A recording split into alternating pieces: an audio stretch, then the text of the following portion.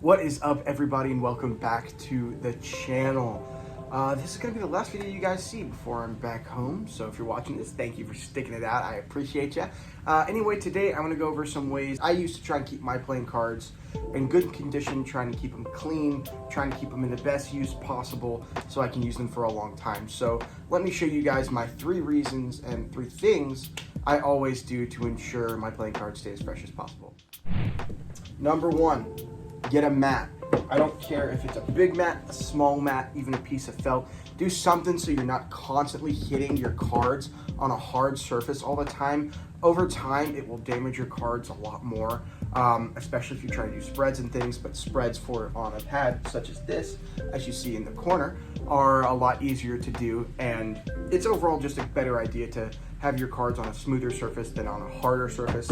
It's like something like wood or the floor or something like that. Generally, it's kind of general information, but just something that I thought I would share with you guys. Number 2, I know this one might be a little hard for some people, but the way you store your cards is really important. A deck holder like this or the one behind me are really, really good options because they keep stress off of all your playing cards if you're trying to keep your tuck boxes looking nice. Now, obviously, I am not one to keep my tuck boxes looking nice generally until recently, but I figured, that's a really good solution, and I want to share some other ones. Another one is don't stack your cards. So like if you just have them in a pile somewhere or in a box, it's generally good to keep stress off the tuck boxes if you are a collector or you just don't want to get your cards all crushed. If you're just using beater decks, then by all means beat them up. But yeah, those are some good things to know. Can you tell this video wasn't scripted? Another thing I really want to talk about is weather conditions. Try and avoid humid areas or buy cards that are better for humidity.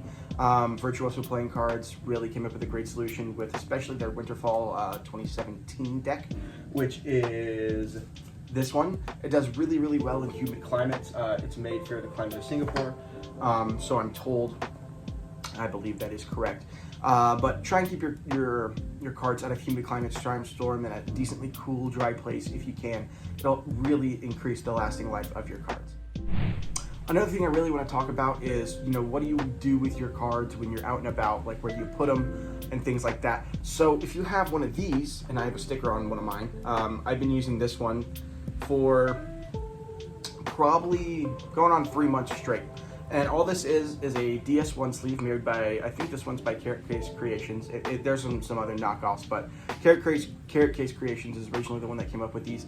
And it's a great alternative for just throwing a deck in your pocket or into a deck clip.